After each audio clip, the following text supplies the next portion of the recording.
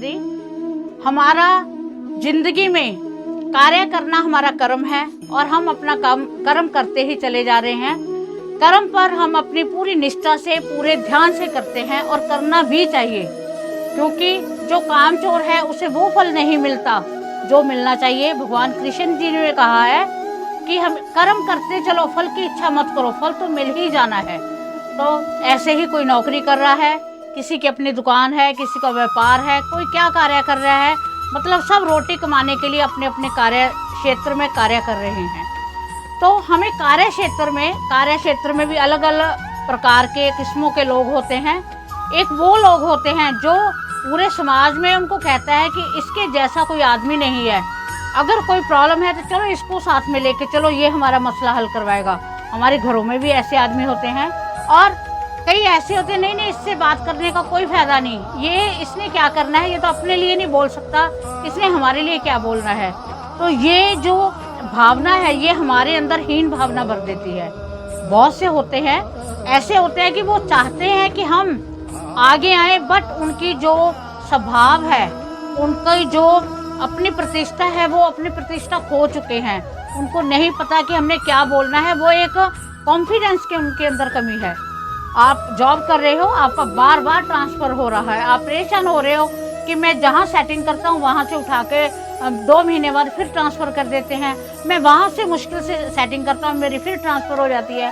तो ऐसी प्रॉब्लम्स आती हैं, किसी की प्रमोशन ही नहीं हो रही, तरक्की ही नहीं हो रही, बार बार वो कोशिश कर रहा है। तो आज मैं इसी टॉपिक पे आपसे बात करने आई हूँ। आपको पता है कि कलयुग के देवता भगवान श्री हनुमान जी एक ऐसे देवता हैं जिनमें कॉन्फिडेंस कूट कूट के भरा हुआ है। तो आज उनके ही मैं एक उपाय बताने जा रही हूँ आपको। आप देखना कि इस उपाय का आपको वाकई ही असर होगा। आप में जो कॉन्फिडेंस नहीं है, आपका कॉन्फिडेंस लूज है, वो आप में कहीं से कॉन्फिडेंस आ जाएगा।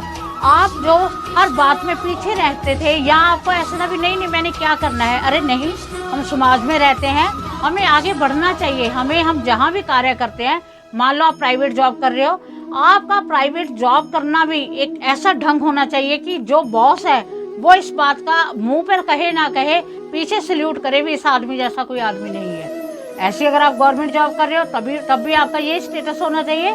और अगर आप किसी कोई दुकानदार हो, आपका कोई बिजनेस है, तो आपका स्टेटस यही होना चाहिए भी इस जैसा जो काम है वो कोई नहीं कर सकता। तो आज मैं इसी के रिलेटेड जो उपाय लेकर आई हूँ, उस उपाय को करके आप देखना, जैसे भगवान हनुमान जी ने असंभव को संभव कर दिया था। लंका दहन करना कोई आसान बात है?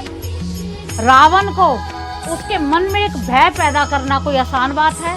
और वो भी हनुमान जी इतने के जाकर उन्होंने, जो रावण थे उनको आप कम मत समझिए, जो रावण थे वो एक महा पंडित जिसे कह देते हैं, चारों वेद उन्हें कंठ ज्ञाता थे। वो उन्होंने जो शिव तांडव स्तोत्र है उसने खुद लिखा। उनको ऐसी उनको ज्ञान था कि उनके ज्ञान के आगे कोई भी उनके ज्ञान के आगे कोई खड़ा नहीं हो सकता था। उन्होंने अपने पुत्र मेघनाथ का जब जन्म हुआ है, जब वो मंदोदरी के पेट में था मेघनाथ, तब उन्होंने सभी ग्रहों को अपने अनुसार एक जगह खड़ा कर दिया था कि जो मेरा पुत्र होगा वह अजय होगा, उसके समान कोई भी नहीं होगा। तो उस समय जो शनि थे उन्होंने परिवर्तन कर लिया था, जिस वजह से मेघनाथ अजय नहीं हो पाए। तो ऐसे रावण को, ऐसे महाविद्वान रावण जी को जो भगवान हनुमान जी ने डर उत्पन्न किया, वो कोई छोटी मोटी बात नहीं है। अगर समझो तो बहुत कुछ है, अगर ना समझो तो कुछ भी नहीं है। उन्होंने, भगवान शिव उनके साक्षात साथ थे, और भगवान भी वही साथ देता है जहां हम सही होते हैं। भगवान गलत का कभी भी साथ नहीं देता। तो रावण की सिर्फ एक भूल थी कि उसने जो सीता का हरण किया था, सबसे बड़ी भूल वो थी, या वो इतना ज्ञाता थे कि उन्होंने ये जानबूझकर भूल की कि उनको पता था कि भगवान विष्णु का अवतार है भगवान राम। अगर मैं ये भूल करूंगा तो तभी मेरे पूरे वंश का उद्धार होगा। तो ऐसे रावण से विजय पाना और उसके मन में एक डर पैदा करना, ये कोई छोटी मोटी बात नहीं है। तो उन्हीं हनुमान जी का मैं चाहती हूँ कि जैसे भगवान हनुमान जी अपने आप में सक्षम थे, हर बात के लिए कहते थे कि मैं आगे होता हूँ। वो कभी भी भगवान राम को उन्होंने कभी भी किसी बात से इनकार नहीं किया। तो आप भी इतने सक्षम होने चाहिए कि आपका बॉस, आप जहाँ भी कार्य करते हो, आप अपने समाज में, आपके कार्य क्षेत्र में, आप अपने परिवार में इतना का अपने आप में कॉन्फिडेंस आ जाए कि आप हर कार्य में करने में सक्षम तो सक्षम, आपकी प्रेज हो। आपकी प्रेज करने पर हर लोग मजबूर हो जाएं। आपकी मुंह पर हो ना हो, पीछे जरूर कहें। आपको मन की सेटिस्फेक्शन होनी जरूरी है। आप कहो कि वाकई ही मैं इस बात में सक्षम हूँ, मुझे किसी की बढ़ाई की ज़रूरत नहीं है। जो सक्षम होते हैं उन्हें किसी की प्रेज की ज़रूरत नहीं होती। तो आज इसी रिलेटेड मैं उपाय लेकर आई हूँ। अगर आप में कॉन्फिडेंस की कमी है, आप किसी से बात करने में हिचकिचाते हो, तो आपने क्या करना है, आपको मैं सामान लिखवाने जा रही हूँ। आपने वो सामान लेकर आना है सैटरडे को, और शनिवार को आपने ये उपाय करना है। और आपने उपाय में 8 शनिवार आपने इस उपाय में कंटिन्यूटी रखनी है। कंटिन्यूटी बहुत ज़रूरी होती है। अगर मान लो आपने 2 बार किया या 3 बार किया, फिर आपने कहा कि ये उपाय का मुझे असर नहीं हुआ, तो ये तो गलत होगा। क्योंकि कंटिन्यूटी आप करके देखिए, आपके साथ भगवान हनुमान जी की कृपा खड़ी हो जाएगी। आपके साथ वो हर तरफ खड़े होंगे।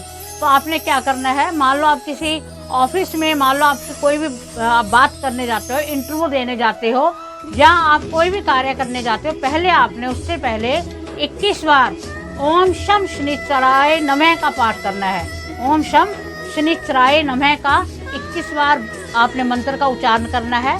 फिर आपने शनिवार को क्या करना है, जो मैं उपाय बताने जा रही हूँ उसका आप सामान नोट कर लीजिए। आपने 2 लाल फूल लेने हैं।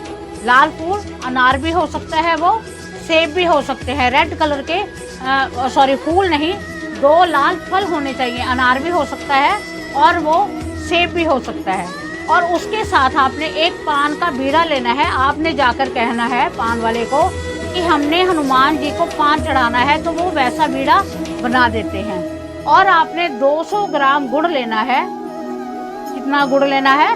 200 ग्राम।